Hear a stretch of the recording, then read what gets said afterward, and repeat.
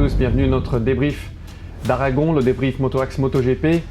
Alors Aragon, ça a été une course à rebondissement, une course à surprise, pas de chance pour Fabio Quartararo, on va revenir là-dessus. Avant tout, un petit point sur le bol d'or, puisque le championnat du monde d'endurance était au bol d'or pour la finale ce week-end. Malheureusement, le team CERT, on a été victime d'une casse assez rapidement dans la course, juste après la première heure.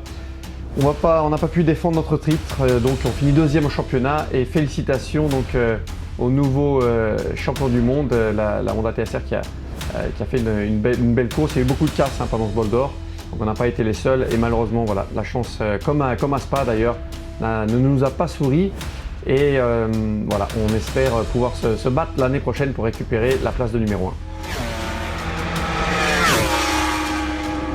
1. De retour sur le GP d'Aragon. Alors bien sûr, ça n'a été pas de chance pour Fabio Quartararo, la chance qui s'en mêle maintenant. Après la domination des Ducati, une nouvelle fois, Fabio qui a chuté, c'était vraiment pas de sa faute du tout, au virage numéro 3. Percussion avec Marc Marquez qui fait une petite glisse, qui doit couper pour se rattraper, Fabio qui est juste derrière, qui tape dedans. Alors on a eu peur pour Fabio puisque c'était une chute violente, une chute à haute vitesse. Sa combinaison qui s'est ouverte, d'ailleurs il s'est brûlé le torse, mais pas de blessure extrêmement grave pour Fabio. Donc ça c'est excellent parce que maintenant on a vraiment une succession de courses là, sur la fin de championnat. Fabio qui va pouvoir se battre, mais son avance au championnat est réduite à 10 points maintenant. On est passé de 91 points à 10 points pour l'avance par rapport à Pecco Bagnaia qui a fait une nouvelle fois une superbe course. Il ne gagne pas cette fois, c'était 4 victoires d'affilée. Cette fois il s'est fait souffler donc, la victoire par Enea Bastianini, mais Pecco qui fait encore une fois une course très solide en tête et qui réduit son écart et qui se présente de plus en plus comme le favori pour le championnat du monde. Alors du côté de chez Ducati, on peut les applaudir quand même puisque bien sûr il y a la domination Ducati cette année qui est vraiment en grande forme avec tous ses pilotes, 8 pilotes on le rappelle cette année. Mais Ducati qui donne toujours pas de consigne d'équipe et ça nous fait plaisir pour nous, pour les spectateurs, c'est génial, on veut pas voir des courses avec des consignes. Donc voilà, Bastianini comme à Misano qui s'est bagarré avec Pecco Bagnaia jusqu'au dernier virage, jusqu'au dernier tour.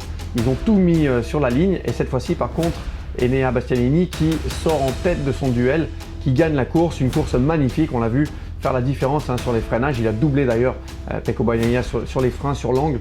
Donc voilà, une parfaite maîtrise pour Bastianini qui remporte ce Grand Prix et c'est bien mérité. Du côté d'Aprilia et d'Aleix Espargaro, c'est le retour sur le podium. Alors Aleix, il a eu une période de doute. On a eu bien sûr la percussion avec Fabio à Assen. Aleix a fait une course magnifique, mais il n'a pas réussi à remonter sur le podium. Il a fini 4e. Après, on a eu Silverstone, la chute à Silverstone, la blessure au talon, sa fracture au talon et des moments de doute pour Aleix avec beaucoup de courses sans podium.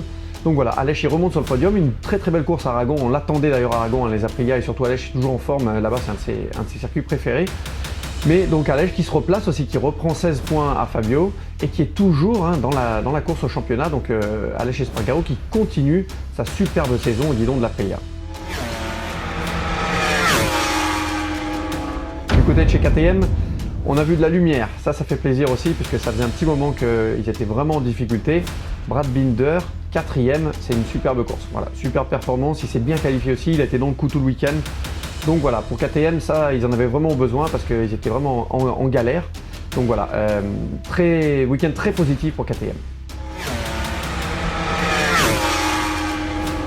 Du côté chez Suzuki, Joan Mir a essayé de rouler, fracture à la cheville, donc il a commencé le week-end, mais la douleur était trop importante.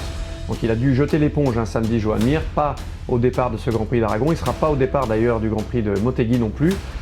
Par contre, du côté de Rins, on n'a pas eu de chance aussi. Il a dû éviter Fabio Quartararo suite à sa chute. Il s'est retrouvé 20e. Une superbe remontée pour Rins, des beaux chronos.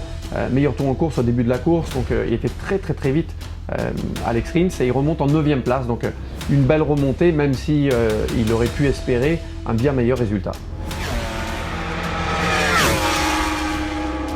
Et enfin, une mention spéciale pour Cal Crutchlow, mon pote Cal Crutchlow qui est de retour, qui remplace Dovizioso puisque Dovi est parti à la retraite et ne va pas finir la saison. C'est Cal Crutchlow qui va faire toutes les courses et pour un retour, franchement, ça a été vraiment une performance très spéciale pour Cal. Il finit 14e, il a mis pas mal de pilotes derrière. Franchement, il m'a étonné. Je savais qu'il allait bien performer, qu'il allait être dans le coup, mais c'est une 14e place qui est super pour lui parce que revenir comme ça en cours de la saison sans rythme, avec très peu de tests, c'est une grosse performance pour Krakoslo, donc voilà, je suis très content pour lui. Et je pense qu'on va voir peut-être des petites surprises de Krakoslo. Je l'attends surtout à Phillip Island Cal.